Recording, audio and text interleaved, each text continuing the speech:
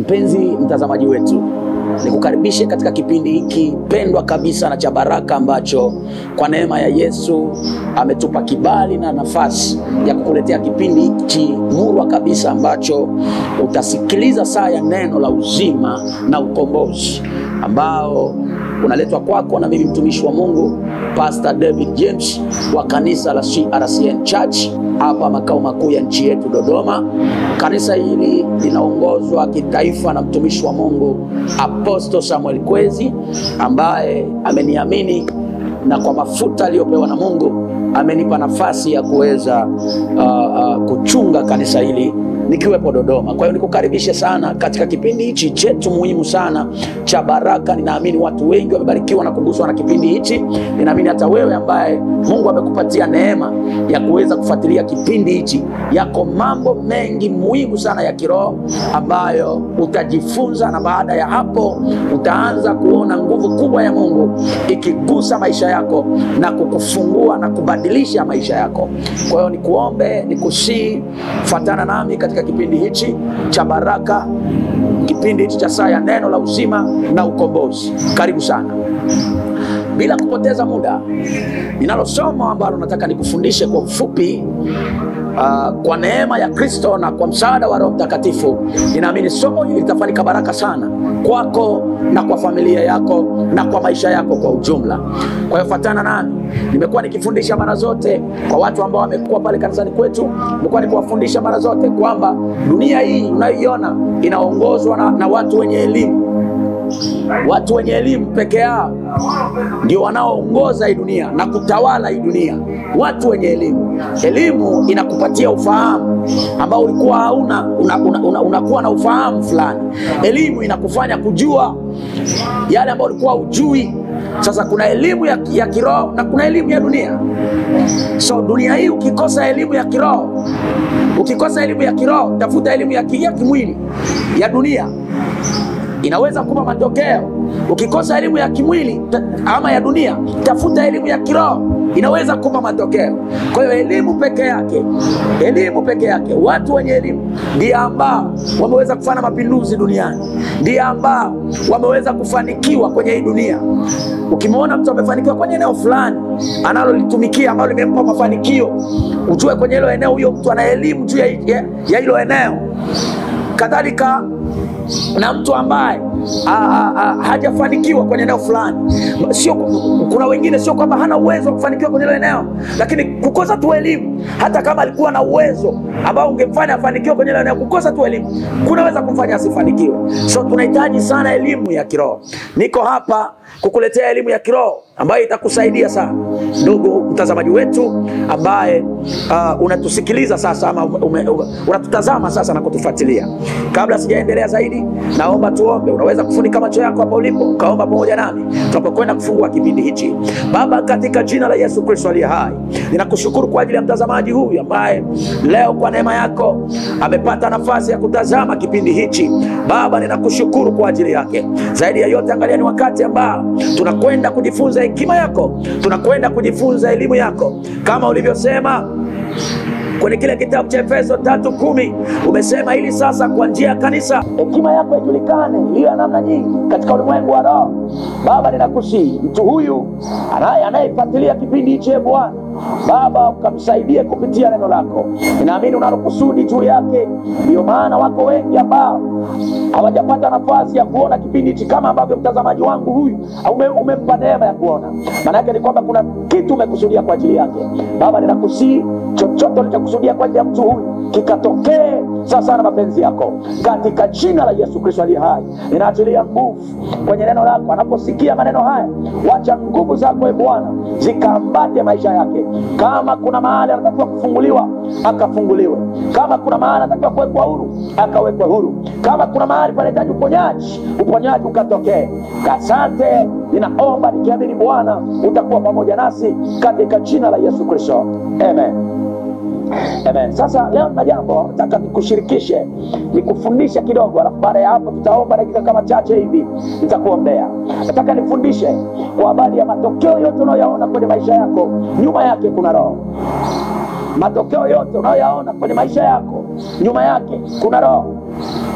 Hakuna tokeo ama tukio ama matokeo yanayotokea kwenye maisha ya wanadamu, liwe jema au baya, linatokea bahati mbaya.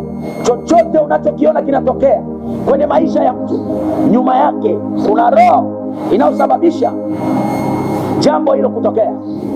Liwe jambo jema ama liwe jambo baya, nyuma yake kuna roho inayosababisha jambo hilo kutokea. Kwa hiyo nataka nikufundishe vizuri, alafu baada ya hapo tutaanza kushughulikia. Kuna watu mko hapo unaishi maisha ambayo sio ya kwako. Kwa nini? Kwa sababu ndani yako kuna roho ambayo inakupa matokeo kinyume na ulivyotakiwa kuishi. Leo nitakufundisha, na kama kuna roho zote zinaishi ndani yako zinaweza kupelekea matokeo mabaya kwenye maisha yako, leo tunakwenda kuziondoa hizo roho kwa mamlaka ya jina la Yesu Kristo aliye hai. Lakini kabla tujashughulikia, wacha nikufundishe kidogo. Kama nilivyosema hapo mwanzo, bila elimu hakuna matokeo. Ndio maana Biblia inasema watu wangu wanaweza kuangamizwa. Kwenye kile kitabu cha Hosea sura ya 4 mstari wa 6, si kwa kukosa maombi, si kwa kukosa mafunuo, si kwa kukosa sadaka. Wengi tunaomba, wengi tunatoa, wengi tunaabudu, lakini watu wanaweza kuangamia kwa kukosa tu maarifa. Maarifa yanayozungumzwa na Biblia ni elimu ambayo leo Mungu amenituma nikufundishe leo. Biblia inasema kwenye kile kitabu cha Wafalme wa Pili sura ile ya 2 na mstari ule wa 2, Biblia inasema Elia akamwambia Elisha, tafadhali kaa hapa, maana Bwana amenituma niende mpaka Betheli. Elisha akasema, kama Bwana ishivyo na roho yako ishivyo, sitakuacha basi, sitakuacha. Basi wakashuka mpaka Betheli. Basi wana wa manabii walikuwako Betheli, wakatoka kuonana na Elisha, wakamwambia, je, unajua ya kuwa Bwana atamuondoa bwana wako leo, asiwe mkubwa wako? Akasema, naam, najua, nyamazeni. Elisha akamwambia, Elia akamwambia, tafadhali kaa hapa Elisha, maana Bwana amenituma niende mpaka Yeriko. Akasema, kama Bwana, Elisha akamjibu tena akamwambia, kama Bwana ishivyo na roho yako ishivyo, sitakuacha. Nao wakafika Yeriko, wakaenda mpaka Yeriko. Basi wana wa manabii walikuwako Yeriko, wakamkaribia Elisha, wakamwambia, je, unajua ya kuwa Bwana atamuondoa bwana wako leo, asiwe mkubwa wako? Akajibu, naam, najua, nyamazeni. Elia akamwambia, tafadhali kaa hapa. Mara ya ngapi? Mara ya 3. Elia akamwambia, tafadhali kaa hapa, maana Bwana amenituma niende mpaka Yordani. Akasema, kama Bwana. Elisha akamjibu tena, kama Bwana aishivyo na roho yako ishivyo, sitakuacha. Wakaenda mpaka, inasema wakaendelea mbele wote wawili. Basi watu 50 wa wale wana wa manabii wakaenda wakasimama kuwakabili kwa mbali, na hao wawili wakasimama karibu na Yordani. Elia akalitwaa vazi lake la juu, akalikunja, akayapiga maji yakagawanyika huku na huku, na hao wawili wakavuka pakavu. Hapa ndiko ambako pointi yetu inakwenda kuanzia hapa. Kwa ule mstari wa 9, Biblia inasema, hata ikawa walipokwisha kuvuka, Elia akamwambia Elisha, omba kwangu lolote utakalo nikutendee kabla sijaondolewa kwako. Elisha akasema, nakuomba sehemu maradufu ya roho yako iwe juu yangu. Unajua, Elia alikuwa mkuu wa Elisha. Elisha alikuwa anamtumikia Elia, lakini mara zote Elisha alikuwa anatamani kuwa kama Elia. Alikuwa anashuhudia Elia akiomba, moto unashuka kutoka mbinguni, unalamba sadaka, unalamba mavumbi, unalamba mawe. Ukisoma pale utaona wakati ule wa manabii wale wa Baali, Elisha alikuwa anashuhudia Elia anafanya vitu vikubwa ambavyo yeye hakuweza kufanya. Kwa hiyo akawa anaishi kwenye matamanio, anatamani kuwa kama Elia, lakini haiwezekani. Pamoja na kuwa anatembea na mtu mwenye maisha hayo. Unajua, unaweza kukaa na mtu aliyefanikiwa, lakini ili uweze kufanikiwa lazima uwe na roho kama yake. Roho ya mafanikio iwe ndani yako, ndio unaweza kufanikiwa. Kumbuka nimesema tunajifunza juu ya kila matokeo yanayotokea kwenye maisha ya mtu, nyuma yake kuna roho.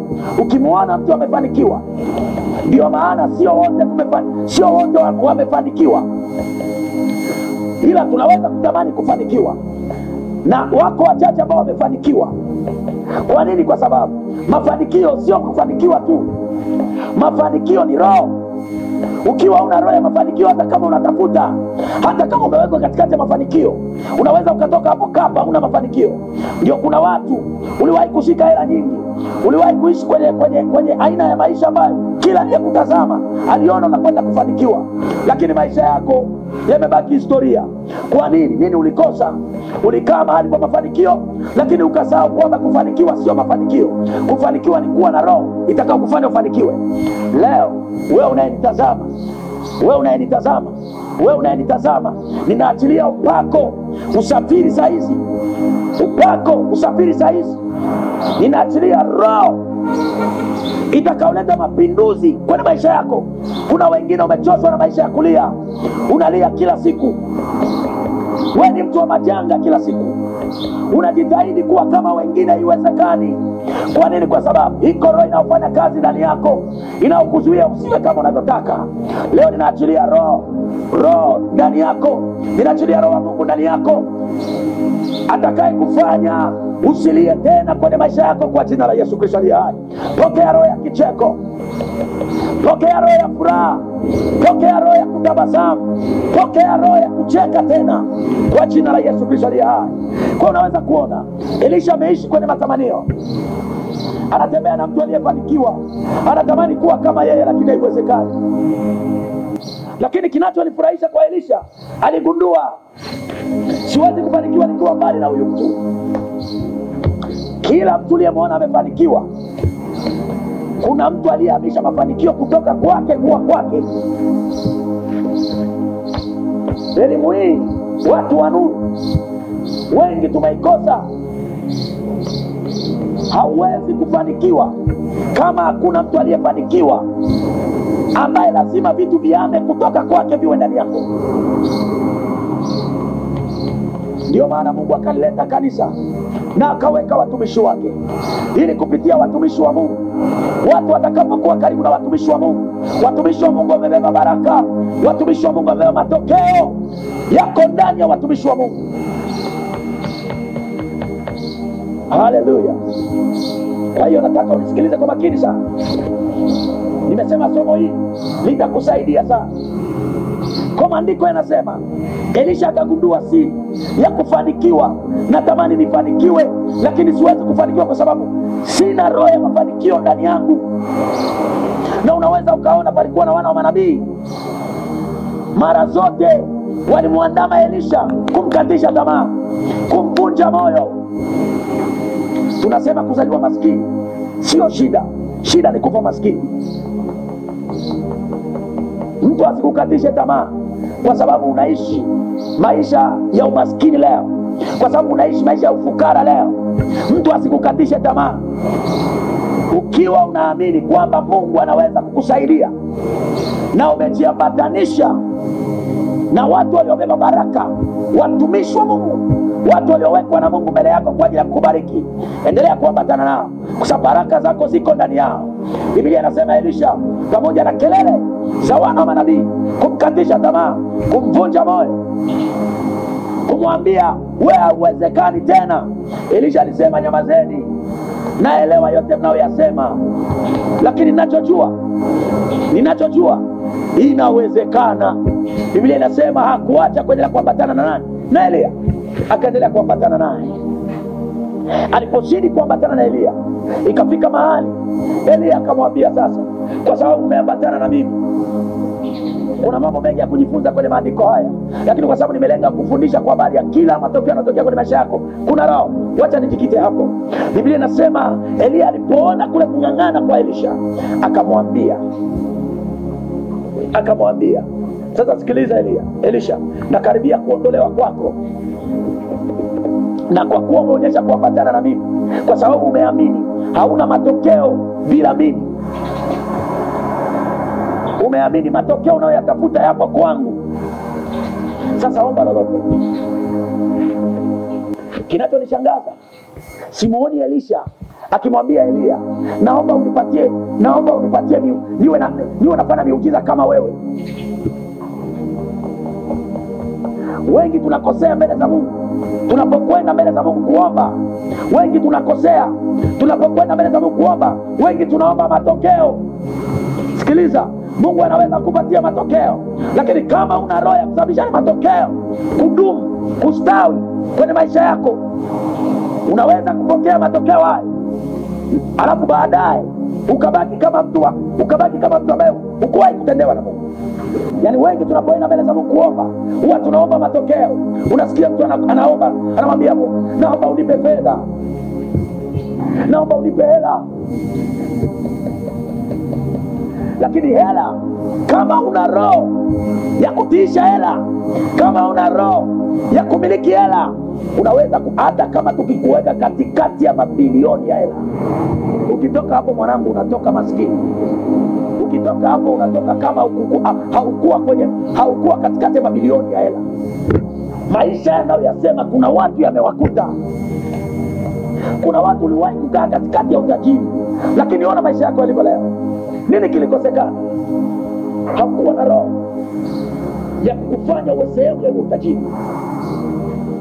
Kwa Biblia inasema Elisha alipopewa nafasi hiyo, hakuomba vitu, hakuomba matokeo.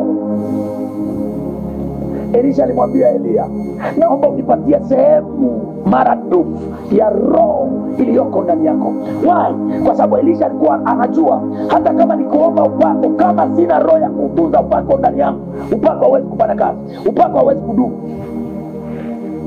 Chochote ambacho unakipata ambacho hakina roho nyuma yake, hakiwezi kudumu kwenye maisha yako. Ukisikia mtu amefanikiwa kupitia nguvu za giza, wako watu wanamiliki fedha kupitia nguvu za giza, wanamiliki mali kupitia nguvu za giza, wanamiliki vyeo kupitia nguvu za giza. Wanachopewa hao watu ni roho, hawapewi vyeo.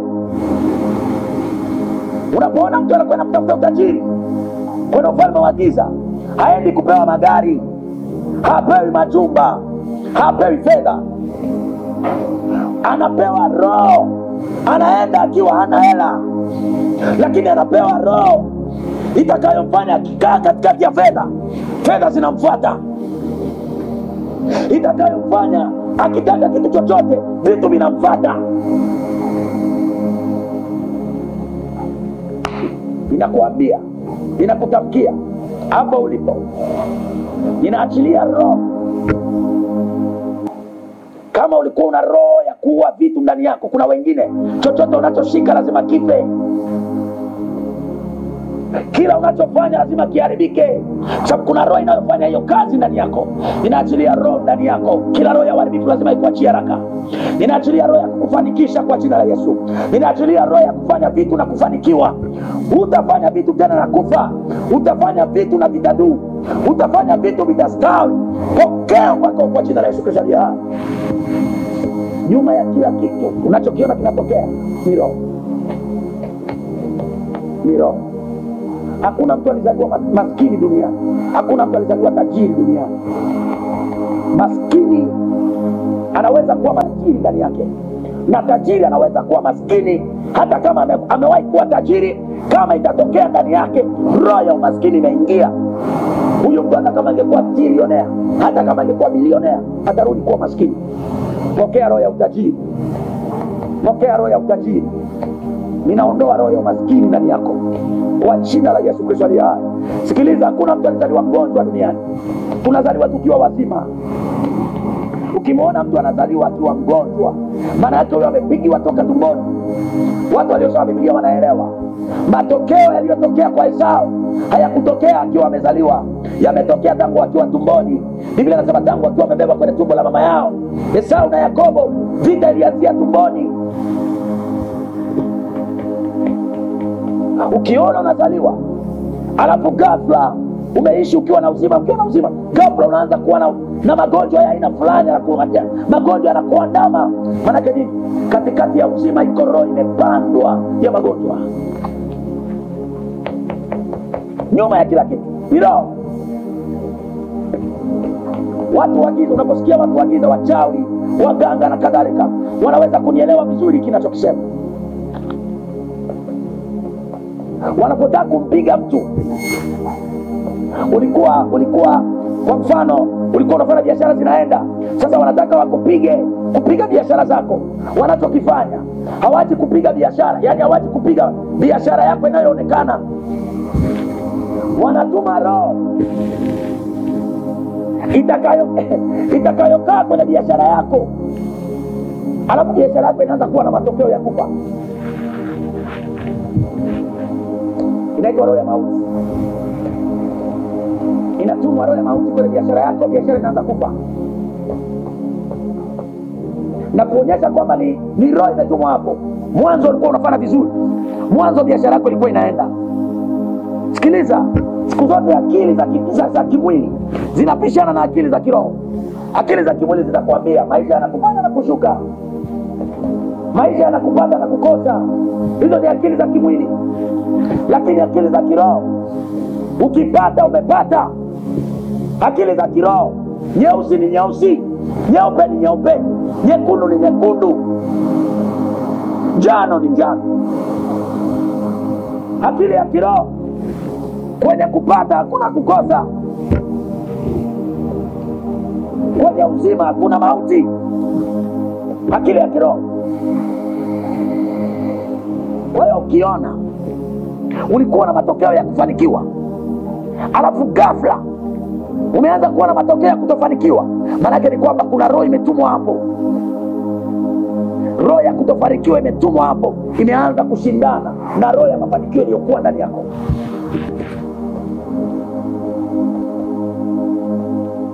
Mpaka umeolewa, umeingia kwenye ndoa, iko roho iliyokutofautisha katikati ya watu wengi wa ukoo wenu. Inawezekana kwenu wewe peke yake ndio ambaye umeolewa, lakini sasa uko kwenye hatihati ya kuondoka kwenye ndoa yako. Ndoa ipo kwenye kiwango ipo kwenye hatua ya kutaka kufa. Nini kimefanyika? Maana yake ni kwamba kilichokuingiza kwenye ndoa ni roho uliyokuwa nayo ya kuolewa ama ya kuoa. Sasa iko roho imevamia ndoa, na roho haiwezi kuishi juu ya roho. Lazima roho moja iondoke ili roho nyingine ikae. Kwa unaona, vita inaanza kutokea kwenye ndoa, migogoro inaanza kutokea kwenye ndoa. Inawindwa ile roho ya mafanikio iliyokufanikisha kwa kwenye ndoa, iondoke. Ikiondoka hiyo, inaingia roho ya kutoka kwenye ndoa, ndoa inavunjika. Hiyo roho inawinda ndoa yako, kuwa ndoa yako kuanzia sasa, kwa sababu Mungu amekupatia neema na umetulia muda wote unanisikiliza. Ninaondoa hiyo roho inayowinda ndoa yako, ikuachie haraka kwa jina la Yesu Kristo aliye hai. Sema niachie. Imekuwa katika jina la Yesu Kristo. Kwa ukisoma Biblia utaona pale tumeona Samueli wa 9, kitabu cha Wafalme wa 2:2 mpaka 9. Mstari wa 9 Biblia inasema Elisha alipoambiwa kuomba mbele ya mtumishi wa Mungu Elia, inasema omba chochote unachotaka. Elisha akaomba akamwambia, naomba unipe sehemu ya roho yako. Yaani ni sawa na umekutana bilionea, unatamani kuwa kama yeye bilionea. Wengi najua hapo tungefeli tu. Alafu bilionea akwambie nataka uombe chochote. Najua ungekimbilia kumwambia nataka hela zako, naomba unipe hizo, naomba na mimi niwe bilionea kama wewe. Lakini nataka nikwambie, hata kama leo una hela, basi ukiwa na roho ya mafanikio ndani yako, nataka nikwambie, zitapita miaka, zitapita miezi, utakufa bila kushika hela.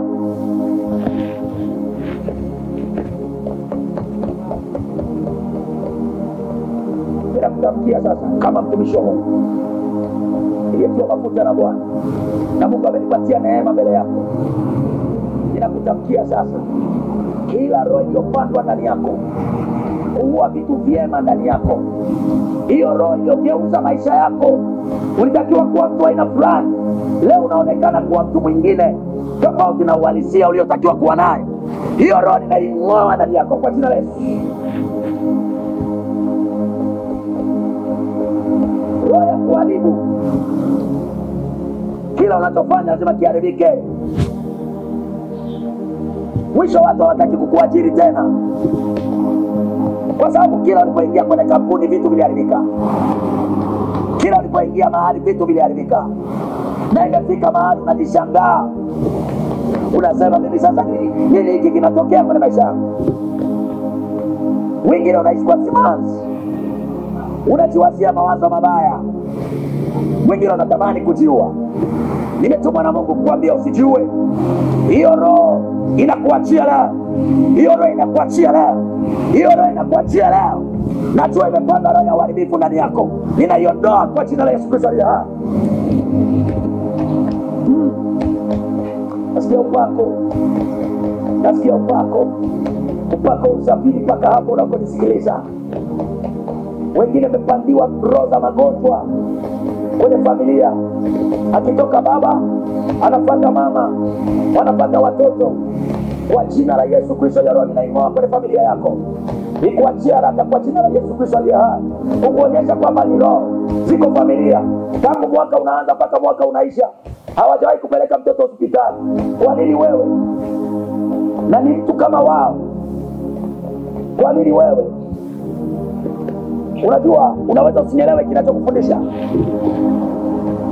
Kama isingekuwa kinachokufundisha kwamba ni kweli, wanadamu wote tungeishi maisha ya kufanana. Kama ni utajiri, wote tungekuwa matajiri. Kama ni afya, wote tungekuwa na afya. Kwa nini inaonekana kuna watu wako juu, wengine wako chini? Na saa nyingine tunafanya jitihada kama wao, lakini hatuwezi kuwa kama wao. Nini kinatokea? Yako mambo yamefichwa ambayo watu wanatakiwa kupata elimu kwa hayo mambo. Kitu ambacho hukujua, chochote unachokiona kinatokea, kina msukumo wa roho ndani yake. Ukimwona mtu amefanikiwa, wacha kutamani mafanikio yake, tamani roho iliyoko ndani yake.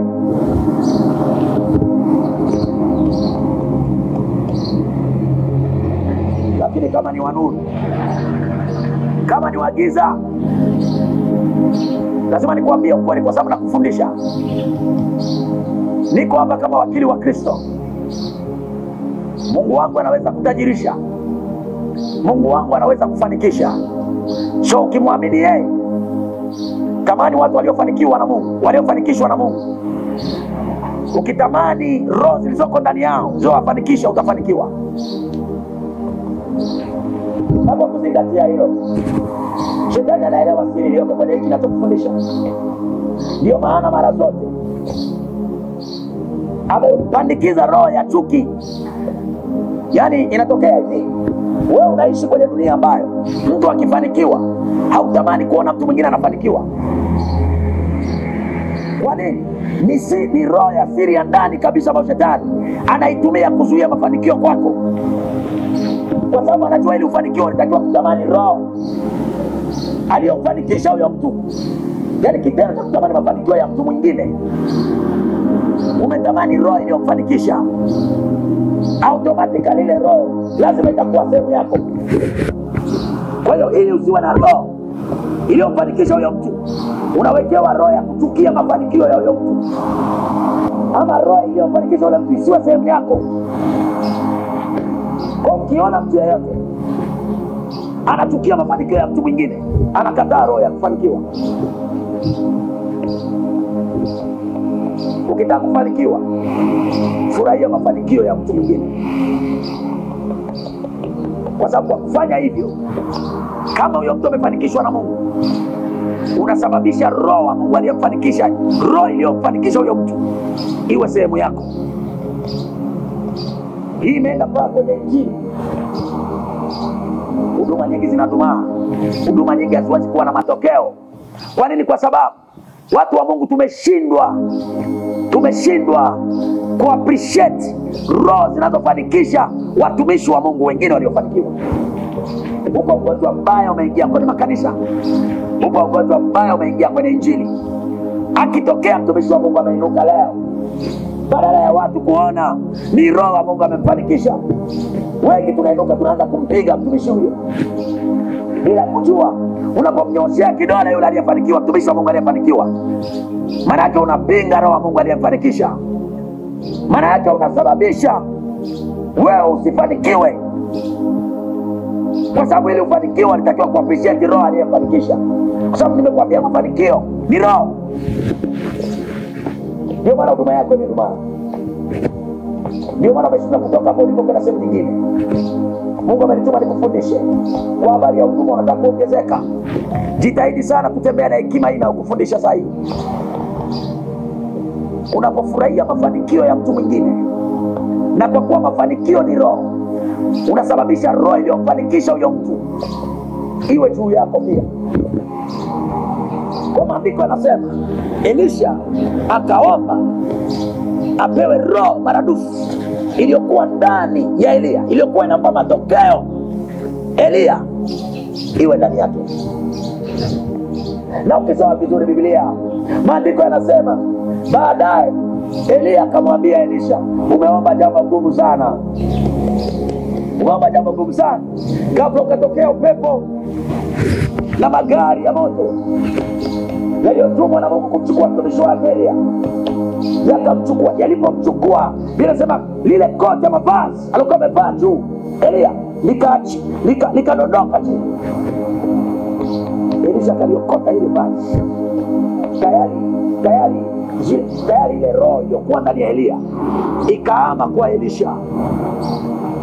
Kumbuka wana manabii, Biblia inasema walikuwa wamekaa kwa mbali, wamewakabili kwa mbali. Maana walikuwa wanaangalia ile movement inapoenda, walikuwa wanaangalia ile sinema inapoenda. Elisha akiwa upande wa pili ambapo alienda ili avuke, alivuka kwa upako wa Elia. Yeye alikuwa ni mtu baki tu, hana uwezo wowote, hawezi kufanya chochote. Lakini baada ya roho iliyokuwa ndani ya Elia kuingia ndani yake, matokeo yaliyokuwa ndani ya Elia yakawa ndani ya Elisha. Biblia inasema wakati wanakwenda kuvuka Yordani ili Elisha avuke, ilibidi Elia avue vazi lake, akalipiga juu ya maji yakagawanyika, wakavuka. Lakini safari hii, baada ya roho iliyokuwa ndani ya Elia, iliyokuwa inafanya Elia kuwa na upako wa kupiga maji na maji yakagawanyika, baada ya roho iliyokuwa ndani yake kuama ndani ya Elisha, Biblia inasema ile nguvu ama yale matokeo yaliyokuwa yanaonekana kwa Elia yakaanza kuonekana kwa Elisha. Elisha akaanza kufanya kama Elia alivyofanya. Elisha akaanza kuona maisha kama iliyokuwa kwa Elia.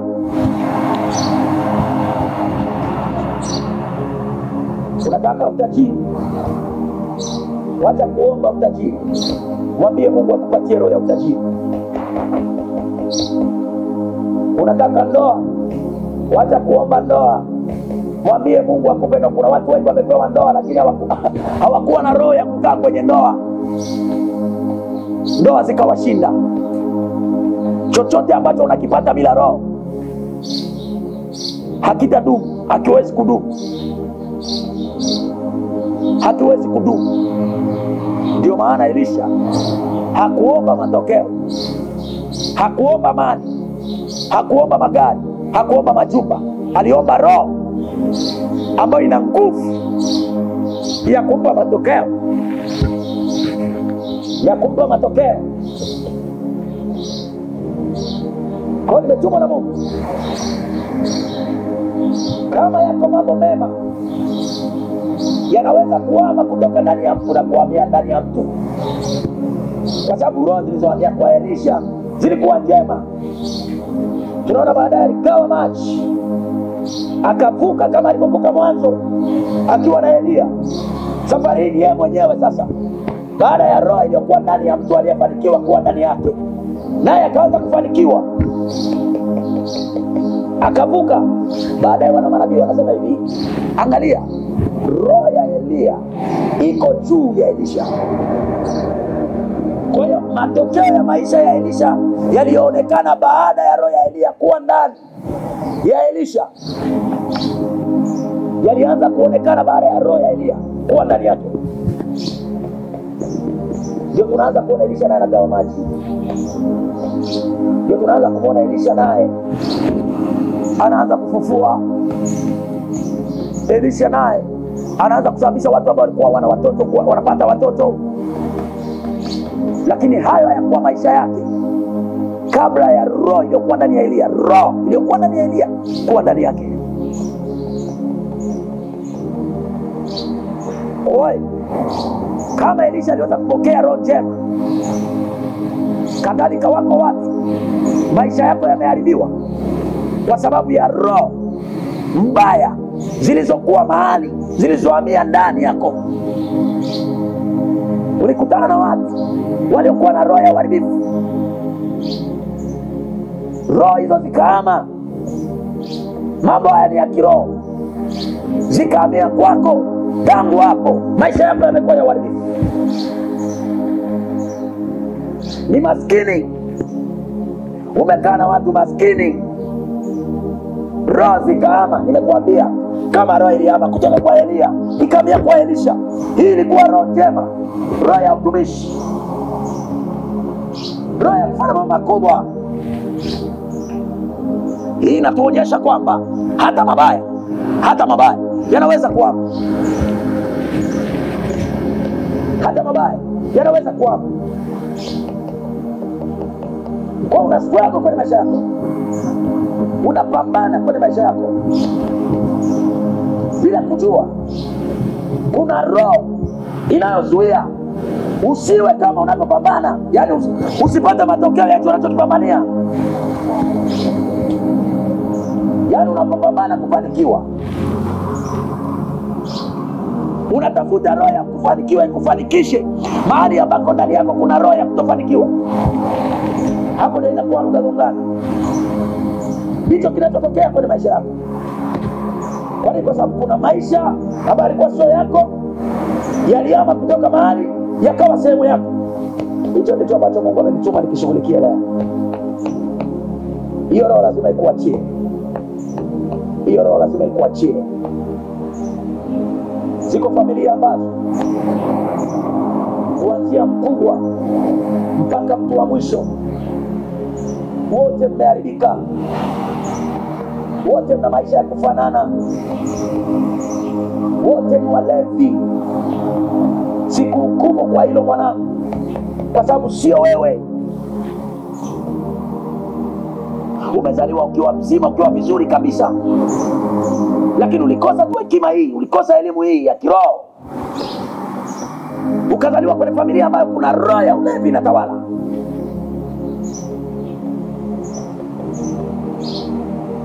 Leo unajikuta unatembea kwenye maisha hayo.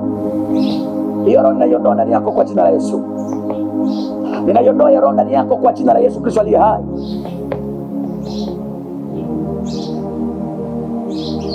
Umezaliwa kwenye familia ambayo watu hawaolewi. Kila anayeolewa lazima aachike.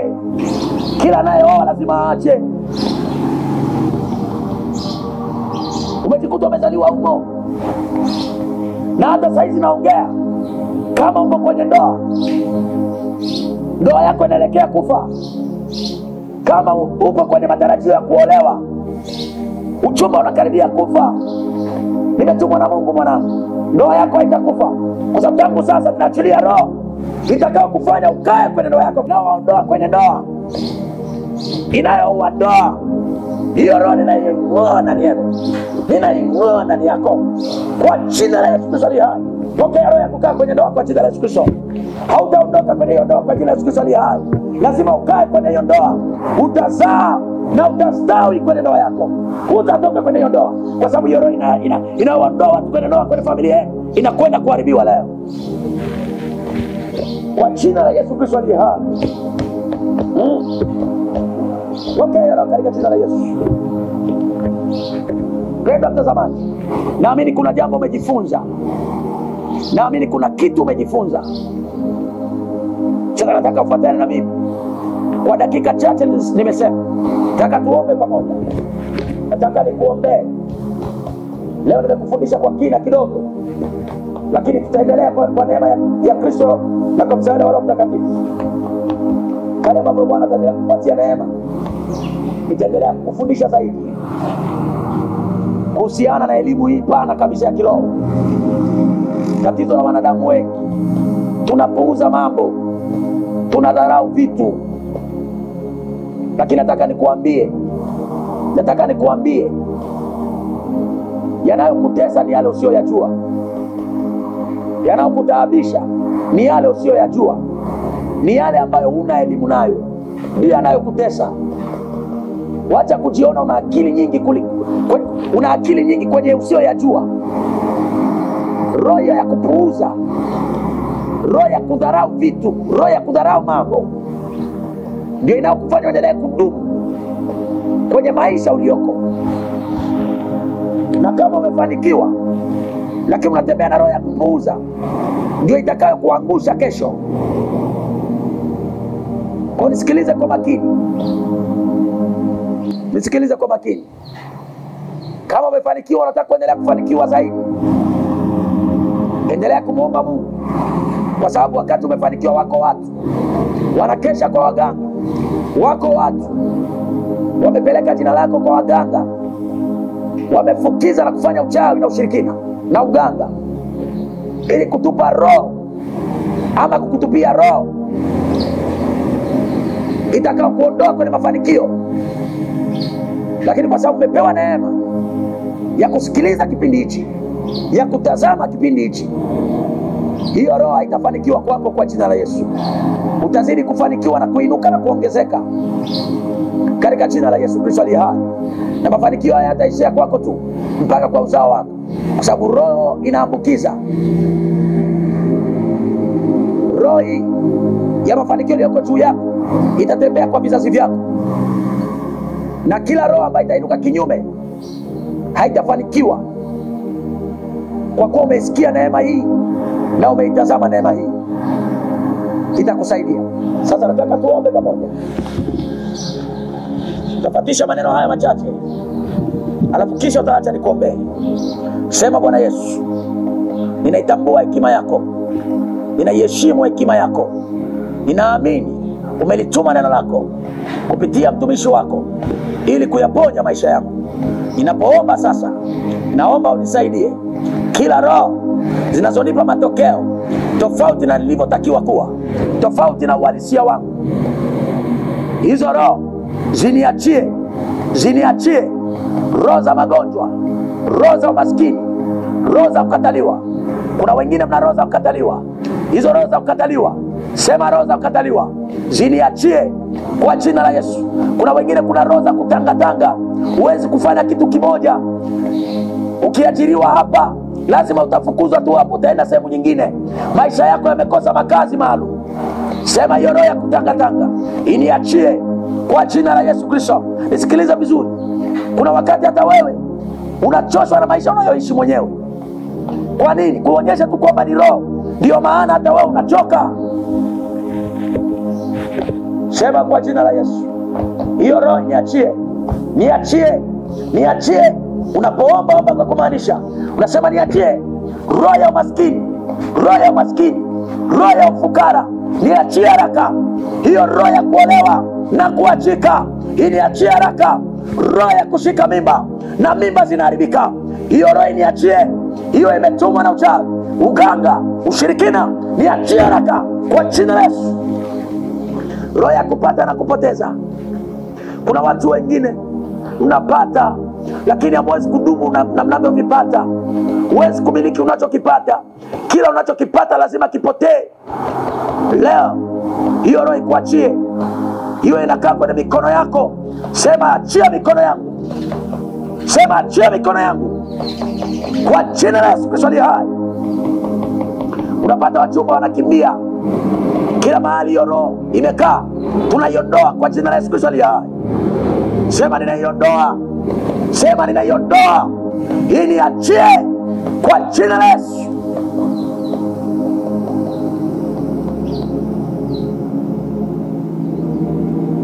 Mungu akubariki sana. Wacha nikuombee maneno haya machache, maombi haya machache. Kwa imani kubwa, funika macho yako. Funika macho yako. Kama umepunguza sauti, unaweza kaongeza sauti zaidi. Nataka niombe kwa ajili yako. Kuna watu mnatembea na roho ambazo sio zenu. Unatembea na roho inakupa matokeo mabaya kwenye maisha yako. Uhalisia unatamani kuwa mtu aina fulani, matokeo hayaji kama unavyotarajia. Kwani kwa sababu kuna roho ya kinyume iko ndani yako. Leo tunakwenda kuing'oa hiyo roho. Alafu tunapanda roho itakayokupa matokeo unayotakiwa kuishi ukiwa duniani. Kwa jina la Yesu Kristo. Baba, katika jina la Yesu Kristo aliye hai, naomba kwa ajili ya mtazamaji wangu huyu ambaye ametumia muda wake kunisikiliza. Baba, ninakusihi kila roho, umesema chochote kilichozaliwa na roho ni roho. Viko vitu vinazaliwa na roho kwenye maisha ya watu. Ziko roho za uharibifu zimezaa matokeo mabaya kwenye maisha ya watu. Hicho kilichozaliwa kutoka kwenye roho ya uharibifu kinachoishi kwenye maisha ya huyu mtu, leo ninakiondoa kwa jina la Yesu Kristo aliye hai. Kwa jina la Yesu Kristo aliye hai. Huo utasa uliozaliwa kutoka rohoni unaongeza huyu mtu, leo ninauondoa kwa jina la Yesu Kristo aliye hai. Kila roho zinazofanya kazi kinyume kwenye maisha yako, hizo roho zinazofukuza wachumba, hizo roho zinazoua ndoa, hizo roho zinazokuharibia kazi, leo ninaziondoa kwa jina la Yesu Kristo wa Nazareti. Pokea kwako, pokea nguvu za Mungu. Hizo roho zikuachie haraka kwa jina la Yesu Kristo aliye hai. Kwa jina la Yesu Kristo aliye hai. Kwa jina la Yesu Kristo aliye hai. Pokea roho ya uzima, roho ya magonjwa na ing'oa, roho ya magonjwa na iondoa. Huo ugonjwa ulioenda kwa madaktari wamesema imeshindikana, leo hiyo roho iliyopanda wa ugonjwa ndani yako, iliyopoteza maboya, vipimo vya kimwili havioni ugonjwa unaokusumbua, hiyo roho inaiondoa ndani yako kwa jina la Yesu Kristo aliye hai. Hiyo roho inaleta ugonjwa uliozidi akili za wataalamu, matabibu wanasema hii haiwezekani, ninaing'oa hiyo roho ndani yako kwa jina la Yesu Kristo aliye hai. Pokea uzima popote ulipo. Pokea uzima popote ulipo. Pokea uzima popote ulipo. Hiyo roho inaokaa kwenye tumbo lako, hiyo roho inaokaa kwenye tumbo lako. Kuna mtu naona tumbo na magonjwa ya tumbo, madaktari wamesema haiwezekani, leo inaondoa ugonjwa ndani yako. Hiyo roho iliyokaa tumboni inayosababisha matokeo hayo ya ugonjwa ambao haujulikani, ninaung'oa ndani yake. Mwachie huyo haraka kwa jina la Yesu Kristo aliye hai. Wako wengine hizo roho zitatoka kwa njia ya kutapika, wengine kwa njia ya haja. Kwa jina la Yesu Kristo aliye hai, kuna nguvu kubwa inatembea, kuna nguvu kubwa inatembea ndani yako. Pokea uzima katika jina la Yesu. Kila roho za giza zinaondolewa kwenye maisha yako. Ninaachilia roho wa Mungu afanye kazi kwenye maisha yako katika jina la Yesu Kristo aliye hai. Amen. Penda mtazamaji, Mungu akubariki sana. Mungu akubariki sana popote pale ulipo. Nikushukuru kwa kutoa muda wako kuendelea kutufuatilia. Mungu akubariki sana. Roho Mtakatifu akajae ndani yako. Ndio sababu Yesu alipoondoka alikuwa anajua nje na roho. Ndio maana ili Mkristo ufanikiwe lazima uwe na Roho Mtakatifu ndani yako. Hii inazidi kuthibitisha kinachokufundisha hapa. Bila roho hakuna matokeo. Kwa hiyo Roho Mtakatifu akawe kiongozi kwenye familia yako. Roho Mtakatifu akatamie maisha yako. Ukiatamiwa na roho wa Mungu, kila roho za giza hazina nafasi kwenye maisha yako. Mungu akubariki sana. Naweza kuwasiliana nasi kwa namba zinazopita hapo chini kwa msaada zaidi wa kiroho, unaweza kuwasiliana pamoja nasi. Mungu akubariki sana. Lakini unaweza kuchangia ili kusapoti huduma hii ambayo